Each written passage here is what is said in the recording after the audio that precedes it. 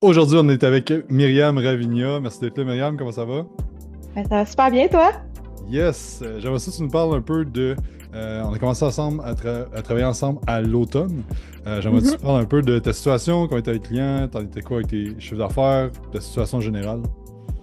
En fait, ça a tellement évolué depuis, là. C'est fou, depuis l'automne, comment que ça l'a grow. Mais en fait, quand on a commencé à travailler ensemble, j'avais 30 clients à peu près, entre 30 et 35. J'étais constamment stagné là, en fait, là. Tu sais, si je dépassais le 35, je retombais en bas. Ça variait vraiment, vraiment beaucoup. J'étais incapable de me rendre à mon objectif qui, à ce moment-là, j'essayais d'avoir 50 clients. Incapable de me rendre là, je faisais entre 6 puis 8 000 par mois. Puis je me souviens que on avait déjà travaillé ensemble dans le passé, brièvement. Puis tu m'avais dit, ah, d'après moi, d'ici la fin de l'année 2024, on est capable de faire 10 000 récurrents par mois. Puis que genre, yes, let's go.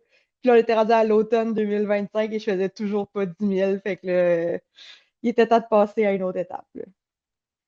Puis c'est quoi un peu, t'étais-tu comme, t'étais-tu frustré de ça? Comment tu vivais ça un peu de cette stagnation-là? Puis pourquoi que, tu sais, je veux dire, tu vivais bien quand même tes affaires, Ouais. là? Pourquoi tu voulais plus?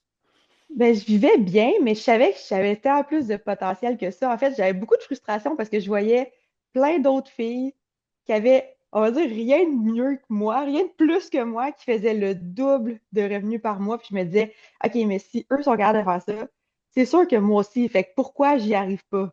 Tu sais? Hmm. Fait qu'était là surtout la frustration, là. Ouais, je comprends. Puis, qu'est-ce qui a fait en sorte que t'es revenu? Parce que c'est ça, on a travaillé 4 mois, je pense, Ouais, v'là un an ou deux. Qu'est-ce qui a fait en ouais. sorte que t'es revenu avec nous autres à l'automne? Ben, à l'automne, il y a eu l'atelier d'ascension, en fait. Et c'est à ce moment-là, de me rendre là, ça a déjà été un premier step parce que je savais que j'avais besoin de changement. Puis je me disais, bon, ça va être ma première étape, je vais aller à l'atelier d'ascension, voir qu'est-ce que je peux ressortir de là. Puis rendu là-bas, j'ai dit, OK, pour vrai, genre, j'ai réalisé à quel point j'avais stagné dans les derniers mois, puis que ça s'en allait pas dans la bonne direction. Fallait que je fasse quelque chose, puis c'est là que vous avez proposé une belle offre pour travailler avec vous autres. Puis j'ai dit, ben, let's go, on le fait. Excellent. Puis maintenant, là, dans le fond, là, peut-être 6 mois plus tard, où est-ce qu'on en est au niveau de revenus, au niveau de nombre de clients, puis aussi au niveau de ta situation de façon générale? Ouais, ben ça a vraiment, vraiment progressé. Je suis rendue à 67 clientes quand même. Je suis passée de 32 à 67 en si peu de temps. Le mois de mars, ça a vraiment été mon plus gros mois d'acquisition, 16 nouvelles clientes, puis j'ai fait 20 000 de revenus en un mois. Et ça, c'est vraiment cool. On est loin du 10 000 que j'ai eu pour la première fois au mois de décembre quand même, là. Fait qu'en 3 mois, une méga grosse amélioration. Fait que ça, je suis vraiment fière. Je suis vraiment contente. Cool. Puis là, maintenant, on en parlait avant qu'on commence le recording. Là, c'est comme, OK, là, t'as des grosses semaines, il y a d'autres enjeux. Puis où est-ce que tu sais, comment tu te sens par rapport à l'avenir, puis où est-ce que ça s'en va? Je me sens vraiment bien parce que toute ma vie, je me disais, OK, ce job-là d'entrepreneur puis de coach, tu sais, je veux être capable de bien vivre de ça. Je sais le potentiel que ça a. Puis on dirait que pendant des années, ça fait quand même longtemps que je fais ça. Puis ça fait des années que j'essayais de grow à ce niveau-là. Puis là, en ce moment, je suis bien où je suis, mais je sais que je suis capable de me rendre encore plus loin. Fait que l'objectif, c'est de voir ben, c'est jusqu'où qu'on peut se rendre avec tout ça. Parce que même ma situation actuelle, tu m'aurais dit ça il y a un an, puis j'y aurais pas cru. Fait que je me dis, imagine-moi dans un an où est-ce que je vais être rendu là. Mhm. Ah, puis j'aime ça voir ça comme un jeu vidéo et ou un jeu de façon générale. Et comme, il n'y a jamais d'ending, mais comme on peut toujours Ouais, voir où est-ce qu'on peut se rendre, puis comment on peut améliorer les choses. Fait que, comment c'est on peut ça. aider du monde à travers ça. Fait que, Mhm, cool. absolument. Puis raconte-nous donc un peu comment ça a commencé tout ça. Tu fais du powerlifting, tes Ouais, coachs, là, ça va super bien tes affaires. Quand est-ce que t'es tombé dans le bain du coaching puis du fitness? ouais. Ben dans le fond, moi, j'ai fait mon bac en kinésiologie à l'Université de Sherbrooke. Puis j'ai gradué en 2021. Fait qu'en sortant de l'université, j'ai travaillé longtemps, pendant 3 ans, dans un gym. Fait que j'étais kinésiologue dans un gym de CrossFit. Puis c'est au même moment où est-ce que tranquillement, j'essayais de me lancer dans le coaching en ligne, partir de ma propre business. J'ai travaillé un peu avec une autre team de coach, mais j'étais vraiment lancée dans le powerlifting à 100%. Mais moi, ma clientèle, c'était vraiment, je voulais coacher des filles qui font du powerlifting. Fait que c'était super niche comme clientèle. Puis pendant un bon 2, 3 ans, là, j'ai vraiment push à essayer de grossir ma clientèle dans cette niche-là. Puis c'est là que je réalisais que bon, Ça marchait, mais vraiment pas au rythme que je voulais. L'acquisition était vraiment difficile. Fait que j'ai un peu réorienté ma clientèle cible. C'est là qu'en septembre, quand on a commencé à travailler ensemble, c'est un peu là-dedans que j'étais, là.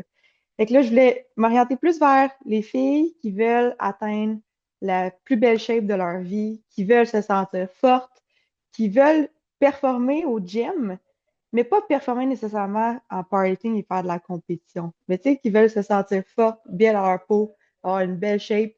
Ça, je me reconnais là-dedans parce que c'est pour ça que j'ai commencé à m'entraîner, moi aussi. Fait que ma clientèle cible, c'est un peu les femmes qui sont où moi j'étais quand j'ai commencé à m'entraîner et où j'aurais eu besoin d'un coach, en fait, là, pour m'aider à progresser. Hmm. Ah, puis Ouais. je trouve tellement que c'est la meilleure niche parce que tu comprends exactement qu'est-ce qu'ils vivent parce que tu l'as vécu toi aussi Oui, puis tu as passé à travers ça, là, tu sais. tellement. Puis t'as passé vite, mais mettons, 2021, tu as gradué de la kin, mais est-ce que en Ouais. kin, mettons, toi, tu savais dès, mettons, le secondaire que tu voulais être kin, qu'est-ce qui t'a amené vers ça? Parce que, tu sais, dans le fond, Ouais, j'imagine que tu es rentré comme en 2019, quelque chose de même, ouais, avant la c'est ça. pandémie. Tu sais, le fitness, ça prenait de l'ampleur, mais moins qu'aujourd'hui, tu sais, fait que c'est quoi qui Ouais. t'a amené à vouloir faire ça? Pour vrai, moi, j'avais commencé l'université, je voulais être prof au secondaire. J'ai fait une session. Finalement, j'aimais pas ça. C'est à peu près au même moment que j'ai commencé à m'entraîner plus sérieusement. Puis je me suis dit, ah, kinésiologue, tu sais, c'est l'entraînement, nanana. Mais tu sais, même ça, c'est un métier qui est pas super connu. Puis même moi, en m'embarquant dans ce bac-là, je savais pas trop qu'est-ce que j'allais faire avec ça. Fait que j'aurais jamais pensé pouvoir partir ma propre business de coaching en ligne, vivre aussi bien de ça, là. Quand j'ai commencé en 2019, je veux dire, c'était jamais aussi populaire que maintenant, là. Fait que jamais j'aurais pu penser vivre aussi bien de ça. Même que quand j'étais à Kin, justement, tout le monde disait que il y avait un dicton qui était Once you go kin, you never make a living parce que le monde disait que tu étais prêt à travailler dans un gym à 20$ de l'heure puis tu ferais jamais au-dessus de 40 000 par année si tu étais kinésiologue. Fait que, on dirait que genre Wow! j'aime ça être capable de prove them wrong, là. Tu sais, c'est comme c'est pas vrai, là. Ouais, c'est bon. Puis après Ouais. ça, quand tu as commencé à travailler dans un gym, mais qu'est-ce qui a fait en sorte que tu as voulu faire le saut à être à ton compte? La liberté 100%, là. Moi, j'étais incapable d'être pris, on dirait, dans le moule de genre, ta journée, c'est plein de clients back to back to back, tu sais, d'être tout le temps en mode cheerleader parce que je devais donner des privés, des cours de groupe. T'étais tout le temps en mode super positif, dynamique, cheerleader. Puis ça, c'était drainant émotionnellement puis physiquement. Après un an, je me disais, c'est impossible que je puisse faire ça toute ma vie. J'arrivais jamais à recharger ma batterie sociale. Je me sentais pris aussi par un peu les règles qu'on se faisait mettre par l'entreprise, mettons, tout ça. Puis il y avait des choses que je voudrais faire différemment. Je me suis dit, écoute, si tu veux faire comme tu as envie, si tu veux avoir la liberté d'horaire que tu veux avoir, si tu veux pouvoir choisir la quantité de travail que tu vas faire, puis quand tu vas la faire, ben, il faut que tu te lances à ton compte, puis c'est la seule manière de faire. Cool. Puis, t'as-tu, t'étais-tu stressé de te lancer? T'avais-tu du monde autour de toi? Est-ce que tout le monde t'es comme, ouais, let's go, t'es capable? Ou au contraire, comment t'es sûr que tu veux faire ça? Comment t'as vécu cette Ouais. transition? C'est sûr que c'est stressant, là. Pendant vraiment longtemps, j'ai essayé de faire les deux. Je travaillais au gym à temps partiel. Je travaillais sur ma business à temps partiel. Puis là, ben, évidemment, la business, elle grossissait pas vraiment parce que je n'étais pas 100% dédiée à la faire grossir. Le moment stressant, c'est quand j'ai dit, OK, ben, si je veux que ça marche, là, cette business-là, il faut que je lâche mon autre job puis je me mette là-dedans à 100%. En même temps, ça me mettait un peu le feu au cul de devoir faire quelque chose parce que j'avais plus cette zone de confort-là qui était le gym. Fait que cette partie-là, c'était stressant. Mais j'étais vraiment bien entourée là-dedans. En fait, tu sais, ma famille me supportait super, mon chum aussi, mais même mes employeurs à ce gym-là m'ont aidé à me mentorer un peu, à m'aider à voler de mes propres ailes parce qu'ils voulaient vraiment que je réussisse là-dedans. Puis ça, ben, je les remercie beaucoup d'ailleurs pour ça, là. Ah, c'est très cool parce que des fois, c'est pas tout le monde qui a l'entourage qui les aide avec ça, tu sais. Puis, Ouais. t'as parlé de ton chum, parle-nous un peu parce que ton chum aussi est à son compte. Ouais. Parle-nous un peu de qu'est-ce que. Je suis curieux de savoir, mettons, du monde sont entrepreneurs les deux dans le couple. Qu'est-ce que. C'est quoi un peu des trucs qui vous aident à naviguer là-dedans? Parce que tu sais, c'est comme. On a tout le temps genre l'incertitude d'être entrepreneur, il y a comme du stress Ouais. lié à ça. Y a-tu des affaires que vous avez développées à travers les années pour vous aider? Mais tu sais, nous autres, on se voit vraiment comme une team, là. Tu sais, si un réussit, la team réussit, là. Tu sais, c'est comme on veut vraiment que les deux, on réussisse bien, puis on le sait qu'on a le potentiel de devenir quand même une solide team, là, niveau business. Fait qu'on s'encourage beaucoup, beaucoup là-dedans, puis on se tient redevable beaucoup aussi. Fait que si on voit qu'il y en a un qui commence à slacker sur sa création de contenu ou sur son acquisition client, ben, tu sais, on se pousse vraiment un l'autre à prendre des actions puis à être constant là-dedans parce qu'on sait que ça peut payer, puis on se voit vraiment comme, tu sais, vraiment une équipe ensemble, là. Si je veux qu'il réussisse, puis lui veut que je réussisse autant que lui, tu sais. Fait que je pense que c'est ça qui fait que ça fonctionne aussi bien là-dedans, là. Très cool. Puis tu dirais, c'est quoi la chose, mettons, dans les 6 derniers mois que tu as le plus appris, puis qui t'a le plus aidé, puis quelqu'un qui écoute ça peut prendre ce tips-là pour appliquer? Je pense que un des meilleurs tips que j'ai d'entrepreneur, c'est que faut que tu sois prêt à l'échec, dans un sens. Il faut que tu sois prêt à échouer des affaires, parce que au moins, ça veut dire que tu as essayé quelque chose. Que si tu n'essayes jamais rien, parce que tu as peur d'échouer, ben, tu n'avanceras jamais. Mais il faut que tu sois capable aussi d'essayer des affaires puis que ça marche pas. Parce qu'on va tous essayer des choses puis ça fonctionnera pas. Mais à un moment donné, tu vas essayer quelque chose qui va vraiment fonctionner. Mais il faut que tu te rendes là. Fait que, tu sais, si tu veux réussir en business, il faut que tu sois prêt à échouer jusqu'à ce que ça fonctionne. Je pense que c'est un peu ça que j'ai appris dans les 6 derniers mois. C'est, regarde, fais des affaires, essaye des affaires, écris à du monde, fais des affaires qui te sortent de ta zone de confort. Puis à un moment donné, ça va devenir facile. Puis ça va finir par fonctionner, c'est sûr.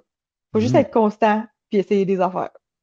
Exact, exact. Puis quand on a quelque chose qui fonctionne, ben, après ça, juste double down là-dessus. Puis ça me fait Ouais. penser aussi, on avait parti une pub en début quand on a commencé à travailler ensemble, là, ça allait pas. Là, il y a comme, on avait plein de gars qui s'abonnaient à ton compte comme on n'avait pas de lead. Puis, tu sais, je pense que c'est un bon exemple parce que là, de ce que je vois, c'est comme ça fonctionne vraiment mieux que ça fonctionnait. Oui, Tu sais, vraiment. mais c'est comme, on peut pas espérer, genre, tu pars un ads, puis coup de circuit à tout coup, tu sais, comme dans ton cas, c'est comme, OK, mais là, on va peaufiner le targeting, là, ça marchait pas plus, là. On a essayé des affaires, puis finalement, on a refait le vidéo, puis là, ça a Ouais. changé, fait que je pense qu'il faut pas se décourager, comme tu dis, des affaires qui fonctionnent pas. On peut juste faire mieux, puis à un moment donné, on va trouver un filon qui fonctionne. Tu peux toujours ressortir quelque chose de ces situations-là. Dans le fond, le ad qui marchait pas au début, je me suis servi de cette situation-là où est-ce que ça attirait juste plein de gars qui faisaient des commentaires bizarres. J'ai utilisé ça pour faire une autre vidéo où je parlais de ça justement. Puis cette vidéo-là où je dénonçais ces gars-là puis les commentaires qu'ils laissaient est devenue vraiment populaire. Cette vidéo-là m'a apporté beaucoup d'abonnés, beaucoup d'intérêt sur mon coaching, beaucoup d'intérêt sur mes réseaux sociaux. Fait qu'une situation qui, sur le coup, pouvait être négative, ben, t'apprends, tu utilises ça pour faire de quoi d'autre, puis souvent cette chose-là va t'amener du positif. Fait que, Mhm. Ouais, puis ça a été méga viral. Puis tu as même eu un article sur ouais, un site que j'ai vu que ouais, justement un peu qui parlait de la situation ah, que. ben, tu sais, que- c'est comme qui ne tente rien de rien, c'est un peu ça, là. Fait que tu essaies des affaires, il faut que tu sortes un petit peu de ta zone de confort, puis souvent c'est ces moments-là où est-ce que tu te dis, ah, je devrais-tu le faire ou je devrais pas le faire, puis c'est ces moments-là qu'il faut que tu le fasses parce que c'est ceux-là qui payent le plus, là. Mhm. Yes, 100%. Puis là, c'est quoi un peu là, tes défis que tu vis présentement, puis sur quoi qu'on va travailler dans les prochains mois? Les défis, je te dirais que c'est rendu un peu. Qu'est-ce que je fais avec un horaire qui est rendu vraiment chargé? J'aurais jamais pensé dire ça, là, dire ça que genre mon horaire est rendu trop chargé, là. Mais genre, qu'est-ce qu'on fait avec ça pour que je puisse continuer d'offrir le meilleur service possible à mes clientes parce que ça, c'est toujours la priorité. Mais quand même continuer de grossir, tu sais, je veux pas arriver à un point où est-ce que je me dis j'ai tellement de clientes que mon service, la qualité diminue. Puis ça, je voudrais jamais que ça arrive. Fait que c'est de trouver comment faire pour continuer de grossir en tant qu'entreprise, mais sans nuire à la qualité du service. Mhm. Ouais. Puis je pense que c'est un bon. C'est un problème, mais c'est un bon problème. C'est plus le Ouais. fun ces problèmes-là que les autres Oui. d'avant, mais ça reste qu'il y a tout le temps des enjeux dans la croissance. Puis Ouais. je pense que t'es sur la bonne route de, de faire ça, puis d'aider un maximum de personnes. Cool. Puis si les gens veulent savoir qu'est-ce que tu fais, tout ça, suivre ses réseaux sociaux, où est-ce qu'on peut te trouver? Ben, vous pouvez me trouver toujours sous le nom de Coach Mimi. Fait que c'est mon nom d'entreprise, c'est mon petit nom de coach. Sur Instagram, TikTok surtout, c'est là mes deux plus grosses plateformes. Fait que vous pouvez me trouver là. Cool, super. Fait que merci Myriam pour ton temps aujourd'hui. Merci à tous d'avoir écouté. N'oubliez pas de faire un 5 étoiles sur iTunes, sur Spotify, vous abonner à la chaîne YouTube, puis on se parle dans un prochain épisode. Bye! Bye!